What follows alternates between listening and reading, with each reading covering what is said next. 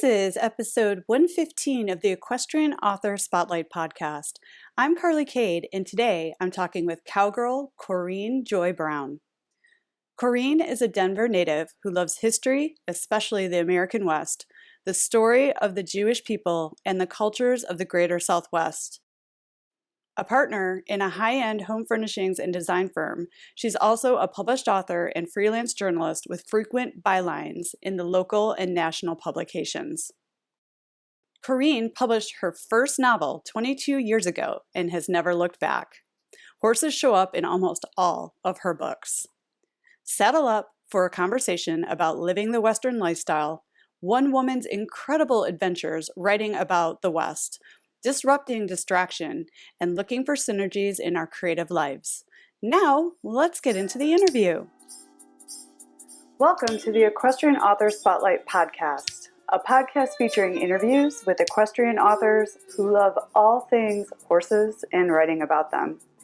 In each episode, you'll hear inspirational stories from horsebook authors, including writing advice and marketing tips to help you write your very own horsebook.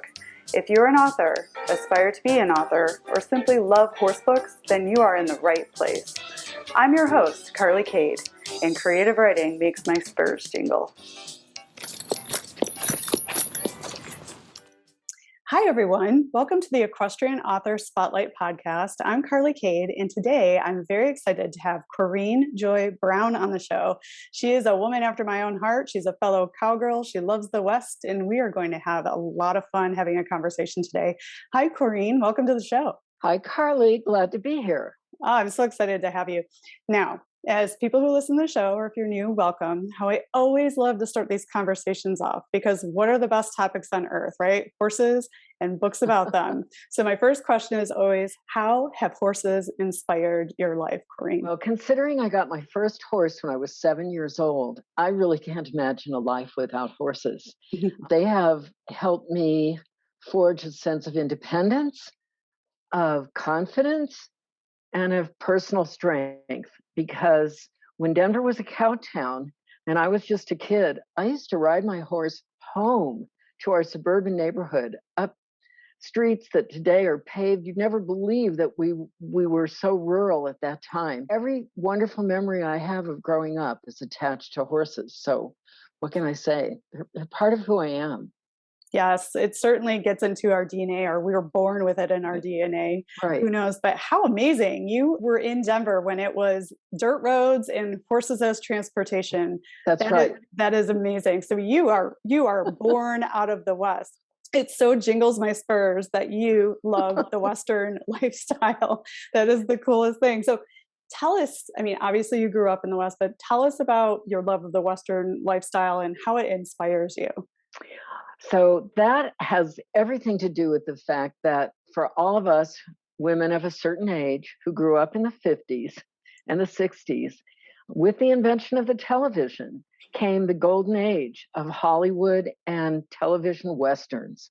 Mm-hmm. And who doesn't remember sitting home on a Saturday morning and watching Sky King and My Friend Flicka and every other western that told the kind of stories that were really dear to our hearts as children and family fare. In fact, I published a book in 2012 called Come and Get It, which is a 75-year history of Western dinnerware. And this was a genre of popular culture that was started in the 50s, actually in the late 40s, to sort of bring the West onto the dinner table. And in the opening chapter, I said, when the Western gave way to science fiction and detective shows like, Star Trek and Dragnet and I said it was like a long lost relative who disappeared, but we knew was going to come walking in the door one day and bring us back home. And I think for all of us boomers, if you will, everything Western is familiar and inviting. And I hate to use the word kitsch, but in a wonderful way, it's part of who we were. It was a phase we all went through. Who didn't have a Roy Rogers bedspread? I had a brother who did. And the thing is, my parents escaped Europe in the middle of World War II. And I was the first generation to be born in America. And I so honor the fact that I have roots here, that my childhood's very different than theirs, and that I absorbed everything I could about animals and landscape and cowboys and rodeos and the National Western. I mean, we even had a full blood Native American Apache Indian who lived with us for 5 years, ended up naming her daughter after me.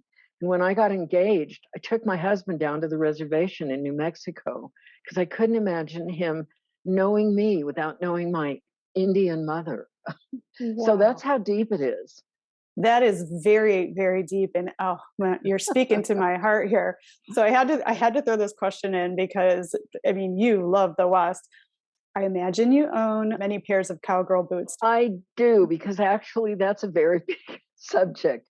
For 15, 18 years, I wrote for a magazine called Western and English Today. It's still being published out of Dallas, and it is a trade magazine that drives the Western wear industry. For the first 10 years, I was the fashion editor, and Ooh. I wrote about manufacturers, designers, producers, you name it, the whole range of product from the feet up, from boots to hats.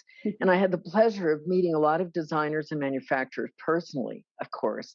And over time, I started buying cowboy boots, and I discovered that they wanted me to wear their boots. So don't laugh. I had 19 pairs of cowboy boots at one time. So I was so excited about the idea of creating my own cowboy boots that I did. I came up with some sketches and drawings. I submitted them to Trey's Outlaws. A year later, this book came out by Jennifer June. It's called Cowboy Boots, The Art of the Soul. To my amazement, Carly, those are the boots I designed. So there are three different kinds of leather. They're inlaid and engraved, and they have roses on the toes and the heels and up the center. They were high heeled, really feminine ladies' cowboy boots. Oh my gosh, that's amazing. I'd love It to is. see some pictures of you all dressed up in your Oh, cowgirl I have gear. some of those. Unfortunately, 2 years ago, my shoe size changed. I went from a 9 to a 9.5. And even these custom made boots don't fit anymore. Oh So I'm now no. down to two pairs. We That's got how it. it We have goes. to get that number back up Right. there. Oh, I love it. That's so exciting. A crazy And story. it's a great story, but at least those beautiful boots, they can at least maybe find a spot on your shelf. You have a beautiful office I'm behind you. never going to get rid of them. I hope they end up in the Cowgirl Museum down in Fort Worth. That would be That incredible. wouldn't that be? I mean, they sort of started a whole genre for that producer who has their factory down in El Paso, and we didn't make an agreement ahead of time. I didn't think I had to, Mhm. but he started producing them for the general public. And when I said, "You can't do that. Let's have my name on them," and he said, "Too late. We should have made those arrangements." He's Oh, entitled, I suppose, but that's how it goes. oh my So, goodness. That's all about intellectual property, right? Being yeah, an author, tell but who me. knows when you design a cowgirl boot, you have to worry Right. about your design Yeah. getting, I don't know, taken. So, Whatever. I hope somebody else is enjoying them because it's a mhm. beautiful design, and they It is beautiful, and thank you. you have the original pair, right? So you can always Yeah. be proud of that. And I bet you the Cowgirl Museum would definitely take those on for their Well, displays. they might. You know, the Denver Post did a feature story about me and this dinnerware book because I had at that time 600 pieces of Western dinnerwares spanning 75 years. They thought it was a great story. So they Oh, came to the house and photographed me sitting on my living room couch in my boots and a leather skirt, decked. It was a show. I really saved those boots just for special occasions. And mhm. now they're a shelf decoration. Oh, that is so amazing. I love that story. Thank you for sharing with that with us. And I wanted to share too. You have an incredibly impressive resume. You've already Thank mentioned you. that you've done a lot of writing for publications in the Western space. You're a partner in a high-end home furnishings and design firm.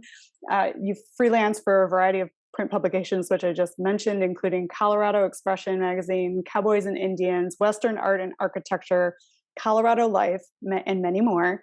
A new one is a Colorado Horse Source. I just started writing for them. Ooh, New I like magazine that out one. here. We Yeah, need the more horse magazines in the world, right. the better, I think, for I sure. do.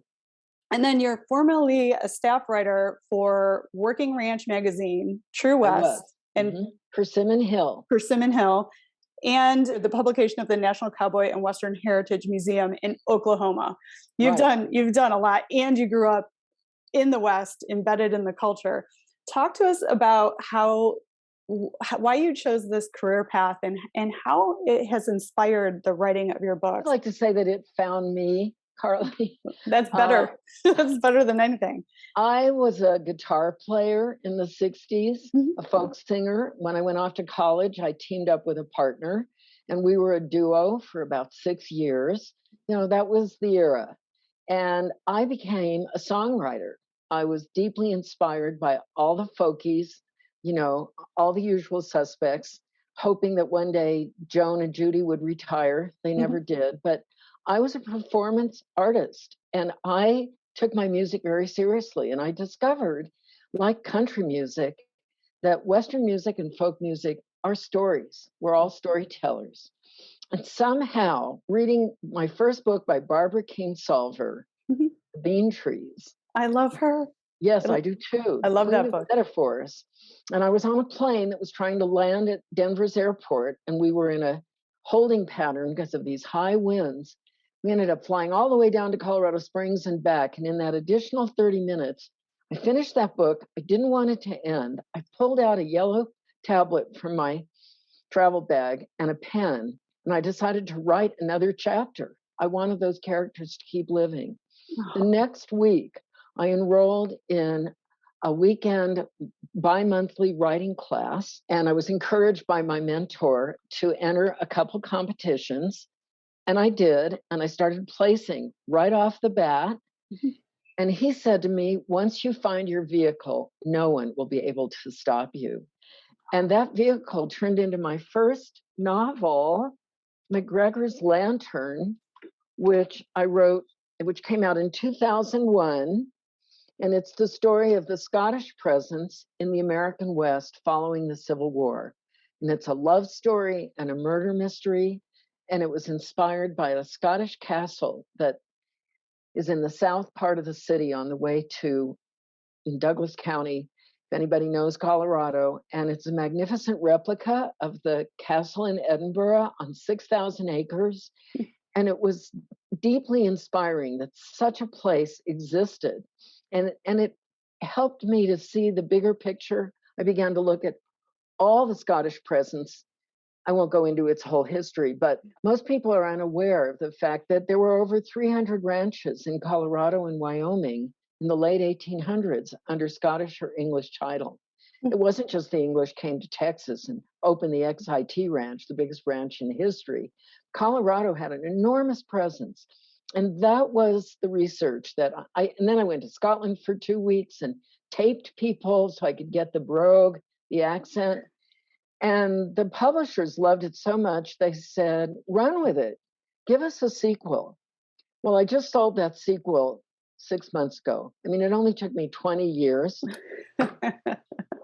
Because I was too busy writing other books and I just didn't know where those characters could go. And the amazing thing is the acquisition editor who took that book said, what else have you got? And I said, I'm always working on a project. I said, I'm doing middle grade work about wild horses. I got a thriller about a heart transplant.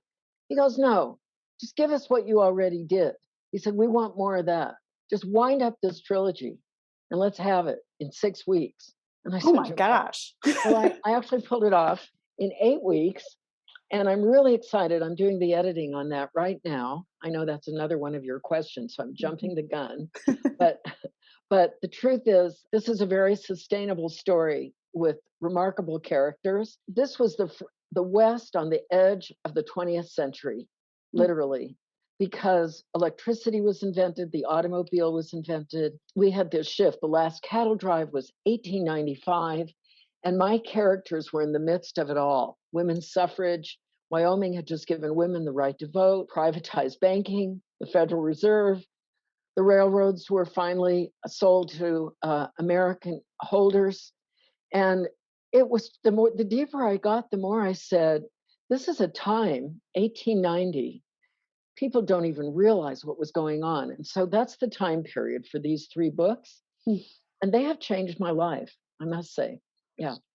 Wow, that is an incredible, incredible story. And I love that it started with Barbara Kingsolver, you reading that book Yeah. and being inspired by her writing.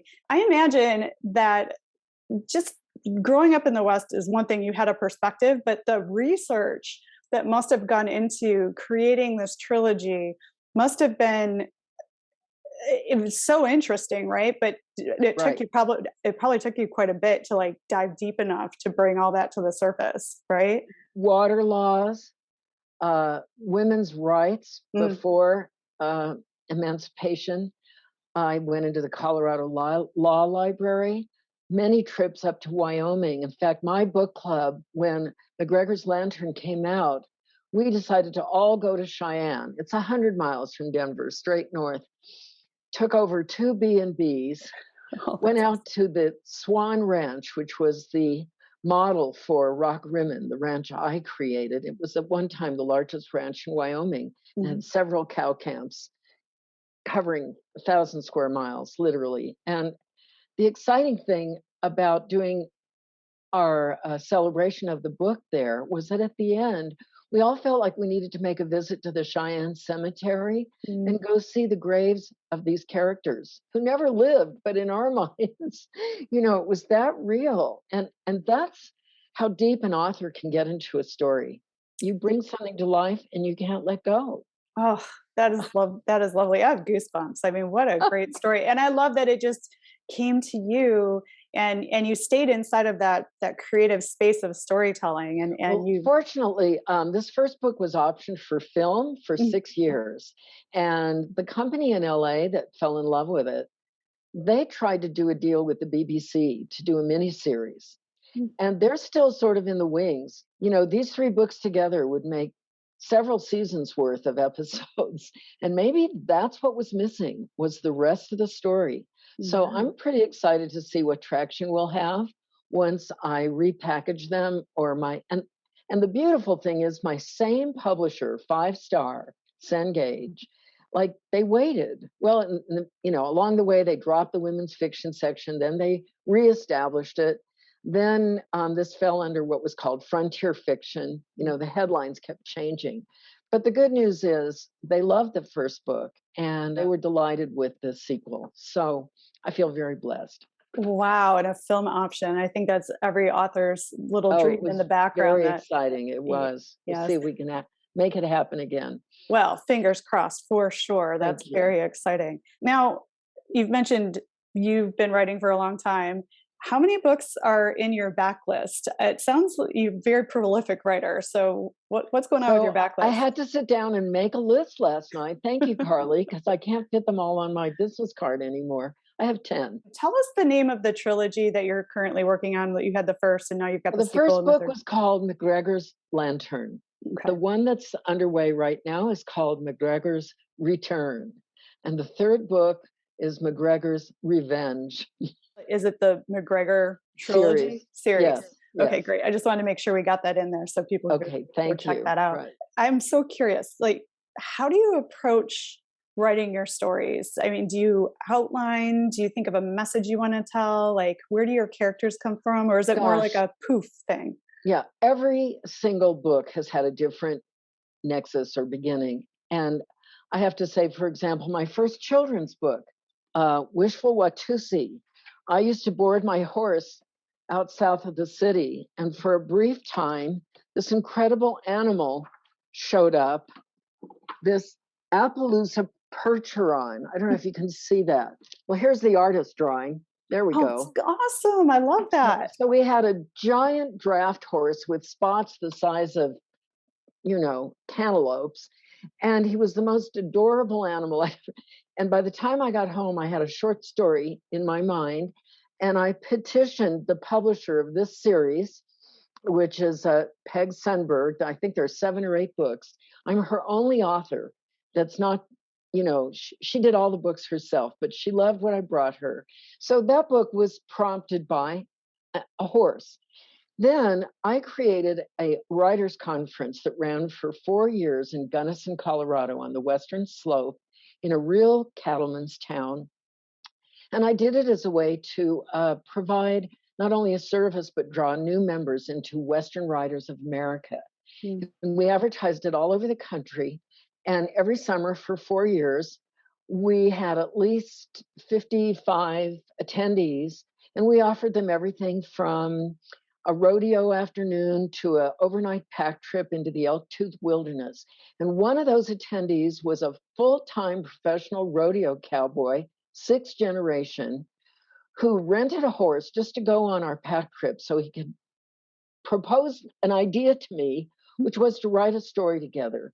And I said, gosh, I don't write books with people. I don't know how that works. He said, well, let me just give you the storyline. And, it sounded like a summary of a country western music song. And I said, I love it. I said, I'd love to buy it from you. And he said, no way. We're going to do this one together. And that became this book, Sanctuary Ranch, which was co-written by Junior Michael Ray and myself. He was also a war vet, and everything in this is veritable, comes out of his world and mine. It was a 25-year-old Wyoming cowboy war vet, Colorado roots, and a 45-year-old woman at the time. But we pulled this book off and wrote it in about 6 weeks. Isn't it amazing, the collaboration and the people you meet along the way when you're writing stories? When they come to you, they do. And I've been so lucky. This book, my entry into middle grade, a wonderful artist, Jenny McDonald, was introduced to me by a friend. And I looked at her portfolio of magnificent drawings and said, I can't get over this. She said, well, all these drawings were inspired by my wild Mustang, and I would like you to help me turn them into a story.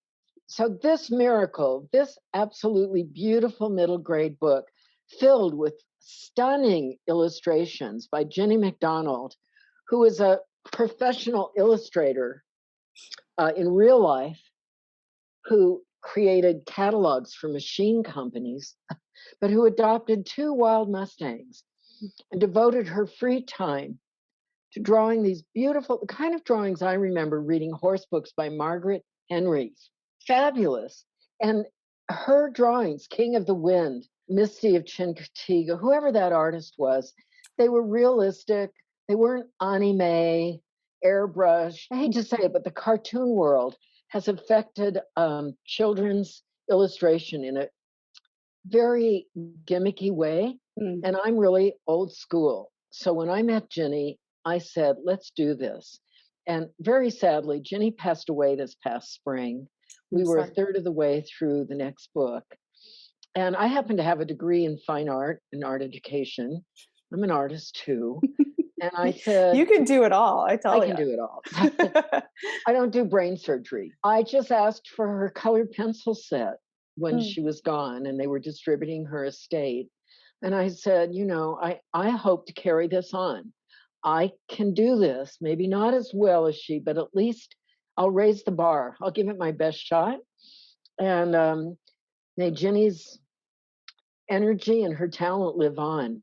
In fact, we have a website for this book called Mustang Curly, and people can see examples of the work there. So beautiful. Oh, what a lovely tribute to her by going on to finish the book and continue in her way of drawing, which is amazing. And the artist or the illustrator that did Marguerite Henry's early books at the beginning was Wesley Dennis. So okay, I remember now. Yeah. Thank you. You're right. Yes. Well, and I only know that because I've been revisiting them. Yes. I recently revisited 2 books that I read in my childhood. And I have to tell you something. Innocence is bliss, because I couldn't get through either one of them. One was Black Beauty, and the other was Smokey the Cowhorse by Will James. Both those stories are so gritty and so filled with pain and abuse that for those of us that know and love horses and wouldn't lay a hand on an animal, I just found them overwhelmingly realistic and wondered how, as a child, did I read Black Beauty 10 times and Smokey at least 5 times? I was weaned on those stories. And Hmm. I'm sure you know that the writing of Black Beauty by Anna Sewell in 1854, immediately the direct result was the formation of the American Society for the Prevention of Cruelty to Animals and Hmm. Children, Hmm. who were neither protected, I mean, they weren't protected either. Yeah, and So, that's the power of creativity and the power of being an author and the power of right. telling a story. And I must say, if I may, I've entered the world of nonfiction books for kids because I have a background in art. This book, Awesome Art Activities for Horse Loving Kids, is 6 lessons with inspiration by real artists from history using real art materials. Here's a Franz Marc. I mean, this is a trip through time and introducing children to the very best. There's some of my own work in here. There's a image from a painting I've done. And we begin with the horses of the caves of Lascaux, France. So man has been drawing horses since prehistory. And I want children to know that. This book is fully illustrated by the children who did the lessons. I work with a local pony club. And at the back of the book are pictures of horses we love. The pony next door, not fancy show horses, but just that horse you grew up with and knew and loved. And so this is a 4-volume series. I'm doing volume 2 right now. It's just been a thrill. And it's taking me back to my roots as an artist and my degree in fine art and art ed. I'm putting it all together. I love that. I mean, what an amazing life and how many amazing people you've gotten to meet, and you've done a little bit of everything. We talked a little bit before the podcast started. I mean, you write for publications, you write books, you write for people, or you write with people as an editor. Right. You're an artist. I just love this story. It's so fascinating. Now, you've mentioned a couple times your publisher. I wanted to talk Mhm. to you a little bit about how your journey through publishing has gone. I mean, do you have a literary agent? And it sounds like you have multiple publishers. Can you talk to us a little bit about Yeah. the So routes I you've was gone? very lucky at the beginning. I was agented by the Jane Distel Literary Agency of New York City. They represented people like Paul Brokaw and Judge Judy and Julia Child. In the end, they ended up selling my book, McGregor's Lantern, to a publisher I had already approached much earlier, who said, "You don't need an agent. We'll take care of you." In the end, that's how it worked out. I discovered that my agents weren't, this agency was not interested in anything else I had to offer following this book. So our relationship subsided. Then I ran into the children's publisher that took the one book, the Watusi book, and I ended up paying for the production of that, which was an interesting relationship. I could have done it all on my own, but I was learning the ropes. McGregor's Lantern was distributed by, at that time, 5 Star Books through the American library system. Their audience was not retail bookstores. However, if I were to appear in a bookstore, they would give that bookstore 40 off, like any trade deal, and encouraged me to do so. So I traveled to Scottish festivals in Utah, in Wyoming, and Colorado, which there are several. And I discovered that the investment you put in getting to a place and putting yourself up and renting a never made back the price, Mm. you know. So that was not the way to go. I mean, thank God for social media. We actually have new and better ways of reaching a wider public. At any rate, I finally found the business of self publishing Mm. and struck gold with this book, Hidden Star, that no publisher wanted.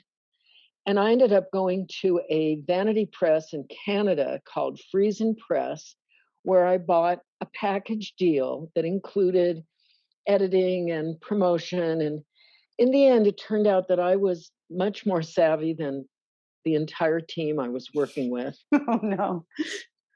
and including designing the cover art. I mean, they brought me 3 ideas.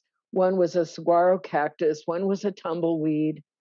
I said to all of them, "You're in the wrong part of the West. This is New Mexico, northern New Mexico, the Sangre de Cristos. The color and the light in that part of the West is like nowhere else." I happened to find this beautiful painting by a Colorado artist. This book won the New Mexico Book Award for historical fiction. It Wow. won the Latino Literacy Award for inspirational fiction. Actually, I came in second, but at any rate, that was a very big step for me to get Mhm. this book in front of. I'm not a Latino. It even won the James Olmos Book to Film entry. They had 18 winners out of 300 submissions. I was the only non Latino. But this book is about the cultures of New Mexico. And in the meantime, the Jewish Book Council accepted me as an author on tour, and I was traveled, all expenses paid, to 6 cities across America to promote this story. So tell me where you have a better deal, self-publishing or getting on your knees in front of a traditional publisher and saying, "Distribute my book." I went back to Cengage 5-star because I discovered that the American library system as a first distribution is a great place to be because librarians recommend books to readers and book clubs. And in the 20 years that have passed, I'm not a newcomer anymore. I have a resume that counts. And when this book or any of my books arrive with a short history of who the author is, I'm thrilled for 5-star to present my book to all the libraries. Mhm. And you get an advance, so you get money up front, and then you get royalties. And now I have to give all your listeners a clue. One of the most wonderful things I've done is I did a virtual book tour. Have you heard about these? Mhm. I Yes. used a company called I Read, and we made a contract for 20 bloggers to read the book Finding Home. And she had so much interest that she threw in 6 more bloggers, and 2/3 of them wanted the book in hand, and the rest were willing to read it as an ebook. But they lived in places like Montreal and Miami and San Diego and Oregon. And so coast to coast, I had readers who read this book and loved it. And then the owner of iReads posted all those comments, the good ones, they were all good, on Amazon. So if you pull up Finding Home, Mhm. you will hear what lots of people who are stay-at-home mothers, retired teachers. I just love this idea. It was the best validation for this new entry into a new genre for me, and I will use them again. What I'm hearing is you've done it all. You've tried a little bit of everything in your I career. have. But I Yeah, love that you told the story about the one that you chose to publish yourself that no one wanted, that right. went on to have incredible success. Incredible success. I mean, I literally offered it for 2 years. Oh, and I had a new agent at that time. Mhm. She's a lovely person here in Colorado. She also liked the McGregor book and said at the end of our friendly departure after 2 years that it just wasn't the time for westerns. Well, tell that to the producers of Yellowstone, Right? right? I mean, come on, the western will never die. And in fact, the McGregor's series is really not a true western. It's not Gunsmoke and Horses. It's tea time on the plains. We're Mhm. talking the English and Scottish presence in the heart of Indian country. It Mhm. was just an amazing time of transformation. I feel very blessed that I've had this broad experience, but I don't think I need an agent. I will never go looking for one again. Mhm. I saw that by going to self-publishing and getting Hidden Star out in front of the right audience, it took off. It has gone through numbers of reprints, and it's in hardback and trade paperback and an audiobook to die for. I used a service and I listened to a half a dozen readers, and I finally found a native uh, Spanish speaker who was an actress in Chicago, a young mother who fell in love with this story, and she was able to do the voices of the young children and the grandfather. That's a big jump, but she was fabulous. So if anybody's interested, go to Amazon's audiobooks and have a listen to Hidden Star. It's a treat. That is fantastic. Now, how did you not get stopped when people said, no, we're not interested? Because a lot of authors would get stopped right there, and it would be like, nobody wants it, nobody cares, I'm giving up. Right. Like, why did you keep pushing forward? I had lots of those moments. There's thousands and hundreds of thousands of writers with good material, and for a publishing company to invest in it, it's business. I mean, they need to make money, or else they need to say people are going to want this story. I really believe that this story, which had to be told, was told from such a fresh perspective that one way or the other, I was going to get it out there. And it's been reviewed in many places.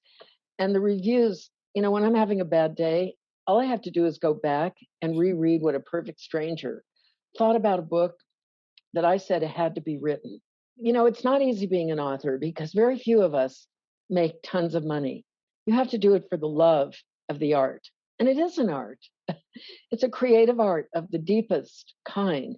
And you put everything you have and who you are onto the page. So it's just a matter of getting out there. Authors have to market themselves. They have to be mediagenic. They have to do things like this. I mean, how grateful I am to you that you're sharing my story with whoever wants to tune in and listen. So, that's part of it too. Women are great friends, and the networking and the support is so critical in building your career. Never be afraid to look for a mentor or mentor somebody else who's just getting started. When I was one of the founding members of Women Writing the West, we discovered that there was a general assumption that the only writers about the West were men. It was very much accepted. And then we had people like Pat Limerick, who wrote books about alternative versions of the conquest of the West. She's a head of the Center for the American West at University of Colorado. She intentionally signed her book presentation Pat Limerick, so they didn't know if it was Patricia or Patrick. She was one of the forefronters that broke that glass ceiling, if you will. And I just feel that it's essential to join writer organizations. The latest one that I'm part of is Colorado Independent Publishers Association. And they give advice to people that have their own publishing companies. And in a way, I do. I mean, when Ginny and I started this book company, we called it Loose Cayuse Productions, because we had hoped that we might take this darling logo and turn it into pajamas or a backpack or, a riding hat or something. We didn't get that far. That was too ambitious. But I felt that I needed to know more about establishing ourselves as an independent publishing company. And as a result, I'm much more sympathetic to the goals and expectations of big publishing houses. They expect you to do your end of the deal. The days are gone of like, oh, I sold a book. They're going to sell it for me, right? Right. No. And if it doesn't move, they drop you. You don't even get into the backlist. So I'm very lucky that my books are still floating around. Luckily, I can republish through the vanity presses that I've used. It's hard for me to believe that it's been 22 years since I published my first book. Looking back, it's been like a rocket ride. And I mean, I've just been very lucky that I sort of came out with a new book every few years, and one begets the other as you start understanding what your readers want. And one of your question was, what do you love most? Yeah. It's people saying, when's your next book? I didn't want it to end. Only problem with this book is it was just too darn short. I got that a lot on the Hidden Star book. And I felt like, and then the dinnerware book, people told me they picked it up. They couldn't stop till they got to the end, even though it was nonfiction, a historical documentary it's filled with references to an era that is long gone, but that we loved. And it Mhm. includes fashion and recipes and furniture and movies and, books and postcards. And I gathered so much miscellaneous material the book goes by the decade. And as each decade erupted, we began to see one dinnerware pattern was influenced by the work of Peter Max. You Mm. can see it very clearly. And so it's a historical record. People would write to me and say, I love this book. I read it like a novel, and I found my mother's dinnerware pattern in it. Oh, that's so In fact, you can lovely. see in the background, I've got plates everywhere. I've actually culled the collection in half. I've sold a lot of it, but a lot of pieces I'm very attached to. But the books and my writing and my life, Carly, are so intertwined and my partnership with my husband, even though we're both semi-retired, we have a great manager. I went to Europe twice a year for 25, 30 years and discovered there's a horse culture and a cowboy culture in Italy. Mhm. I have readers over there too. And it's just been a wonderful wedding of, like my mother used to say, you can't put your tush in two saddles, but I feel like I have. And you're living the dream, and you are I proof am. that writing can work, and writing can be something that you're constantly working at and growing and learning from and meeting Mm-hmm. people, and you're living the dream. Yeah, Now absolutely. I have to toss this in there though. So we heard what the best part was, and I agree with you, hearing from readers that they enjoyed the book or giving comments so you can steer in new directions. That's the best part. What has been the most difficult part for you of your writing career? Okay, the agony and the ecstasy, printing your book, ordering 500 copies, and finding editing mistakes that you read Mm. over 1,000 times, Yes, that that's you're so embarrassed that you didn't catch it. And mhm. that happens. I mean, I have a couple books by the outlaw lawyer Jerry Spence, Mhm. and he went with a Penguin or Knopf. I mean, a big major publisher.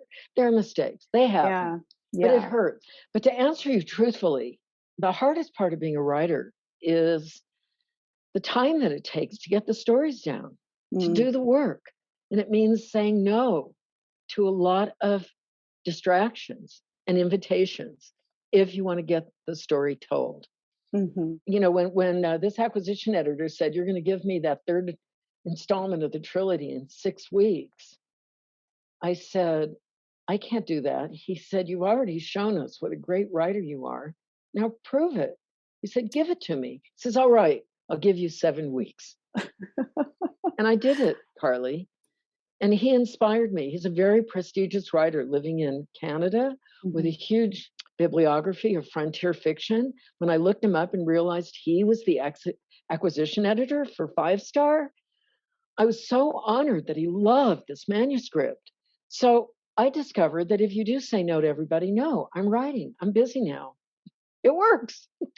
Yeah, it's amazing what we can do when we put our mind Right. to something and we actually say no. It's that just that distraction does definitely gets in Yeah. the way of building an author career for Right. sure.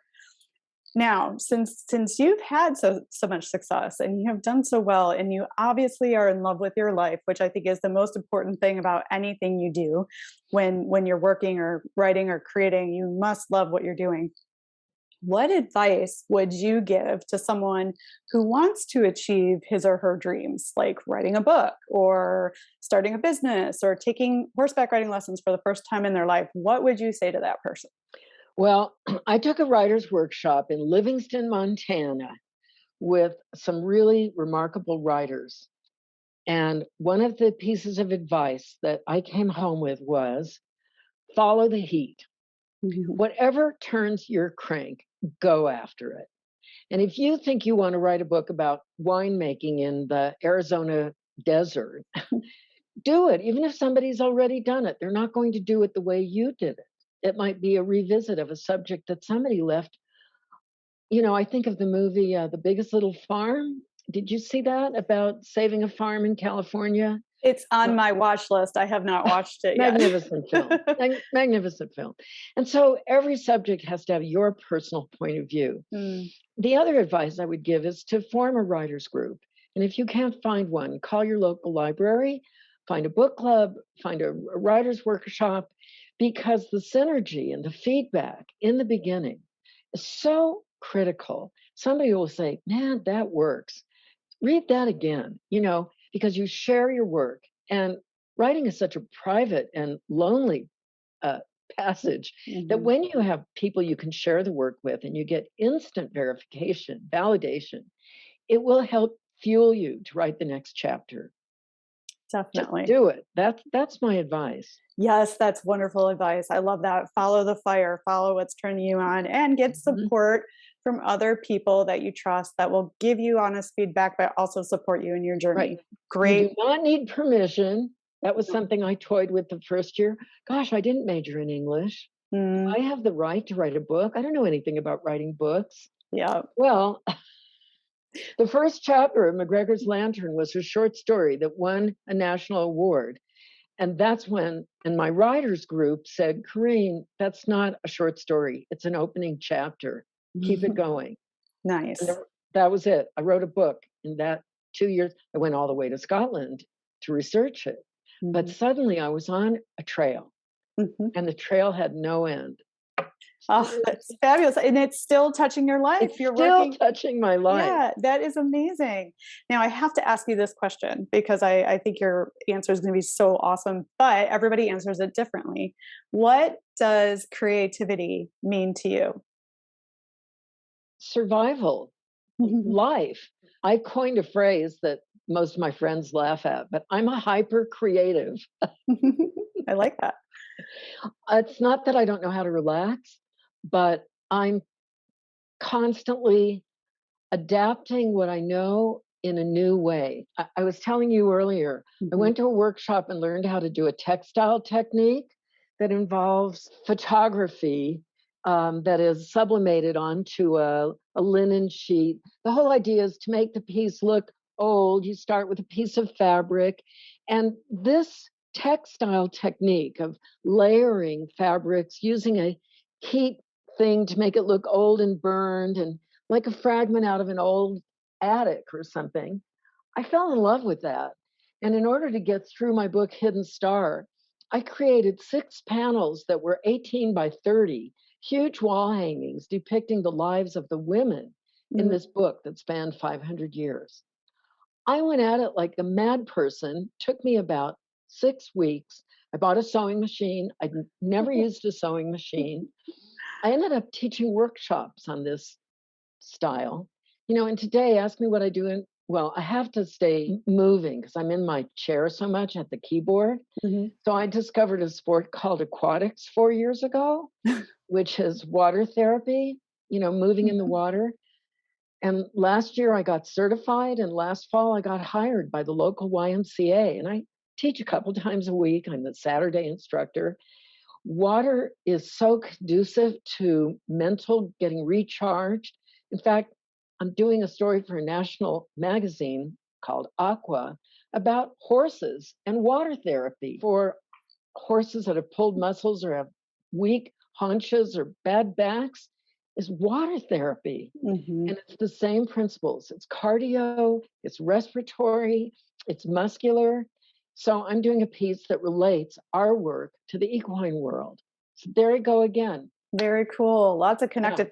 Where do you find the time to be this creative? I mean, you are doing a lot. You publish a magazine, you're writing books, you do create art, you create jewelry, you have horses. Like, whoa. Horses anymore. Oh, you don't have horses. I've Okay. thought about it very seriously. When my horse passed away, Mm, I leased a horse for a summer, discovered that I didn't have the same connection at mm, all. I mhm, had that horse for 24 years. Oh my gosh. And the new horse was poorly schooled, not receptive, 16 years old, had been used for reining and cutting, and it was too much. mhm, So I decided I will find a way to be with horses without having to care for one. So mhm, the Pony Club, which meets, I do it one Sunday afternoon a month, mhm, meets on an 18-acre property in the south end of the city that has 2 horses and a big burro or donkey that we just adore. And in fact, there's 3 horses there now. So I get my fix, if you will. Once in a while, I'll go to a dude ranch to do a story or just to get into the environment. And that's about as close as I can get to horses. But I will tell you, if you were to look out the door of my office, there's a Western saddle and a dressage saddle still sitting on 2 saddle stands. All my bridles and halters are, I can't get rid of them. I can't. Yes, and I'm so hearing what you're saying. Like, I was without horses for a while there too when I started my career when I was younger, but I kept it all. And then horses came back into my life later on. That's what I'm thinking. To take breaks. I know, I hear you. Tell my husband. I thought that there was one of those in the background. I'm not done. If I can just my husband's afraid I'm going to get hurt. We don't recover like we used to. I hear you there, but connection, I think connection is the biggest key to not getting hurt, a connection with the animal. I think when the connection shows up, you'll know it. I'd love to provide sanctuary to a horse. Yeah. You know, that sort of thing. Yeah. But just in case, I'm keeping my tack in good condition. Not just in case, for when it's time. All right.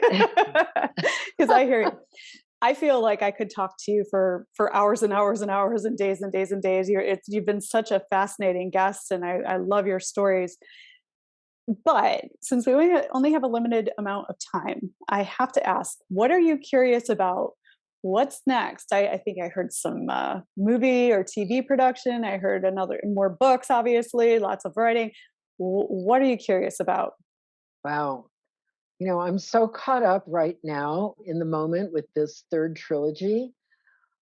I really can't see past it, except that I will say the middle grade books intrigued me enormously, and they were inspired by the plight of America's wild Mustangs. I feel like I'm being pulled in that direction, that my 5 editions in the children's series, which all look at this business of adopting wild horses, of protecting wild horses, is where I want to do some good. That's where I think I'm going. Yeah. You've got my support. Would you let listeners know where they can find more information about you and your books? Sure. So I have a website, a good old-fashioned CorinneJoyBrown.com, and there's a pull-down menu with each of my books that are available from me, as well as, of course, most of them are available on Amazon, and ones that were published years ago, you know, if you're lucky, you can get one at a great price. And so there's a little history about me. There's a wonderful panel at the Millicent Rogers Museum, and I was invited to talk about the West as Muse. It was a wonderful subject, and I was with 3 other brilliant writers. A poet was one of them, and we talked about how the West fuels us and inspires us. I loved that. The questions were great. So there's that to listen to. And then I was interviewed by a rural county school system, the Prairie and Plains on eastern Colorado. And their library system invited me to be an interviewee. That's also posted on my website, I believe. I watched your interview on the Muse of the West. It was lovely. And that's what got me excited to have you on this show to talk about those things. The thing that was weird was the lighting. I don't know what happened. I looked like I was in a cave. But anyway, so I probably haven't figured out how to maximize my exposure online, but I will say that I've been profiled by several magazines in the last couple of years. And those links are on my site. And they've been kind of fun. I'm enjoying the fact that the public appreciates what I'm doing, and I'm hoping to get better at it. Social media is so important. Media is important. So I want to thank you again for this time and interest and your brilliant interview. Gosh. Well, I have enjoyed this interview very, very much. And Corinne, I really appreciate the gift of your time. Thank you for being on the show. Thank you, Carly. I hope we'll meet again. Oh, Happy we will. Trails. Happy trails. I love it. Until we meet again. Until we meet again. Right. Thanks for joining us this week on the Equestrian Author Spotlight podcast. I hope you enjoy these Q&A sessions with wonderful equine authors who love all things horses and writing, just like me. Visit my website, carlycadecreative.com, where you can read the show notes, and make sure you never miss a show by clicking the subscribe button now. This podcast is made possible by listeners like you. Thank you so much for your support. Want a free guide to secrets of horsebook authors? Gallop over to carlycadecreative.com/wisdom to have author advice delivered instantly to your inbox. If you are an author who writes about horses and would like to be spotlighted, please let me know. Visit my contact page at carlycadecreative.com to fill out a request. I'd be happy to have you on the show too. Thank you for tuning in to the Equestrian Author Spotlight podcast. See you next time. I'm your host, Carly Cade. Creative writing makes my spurs jingle.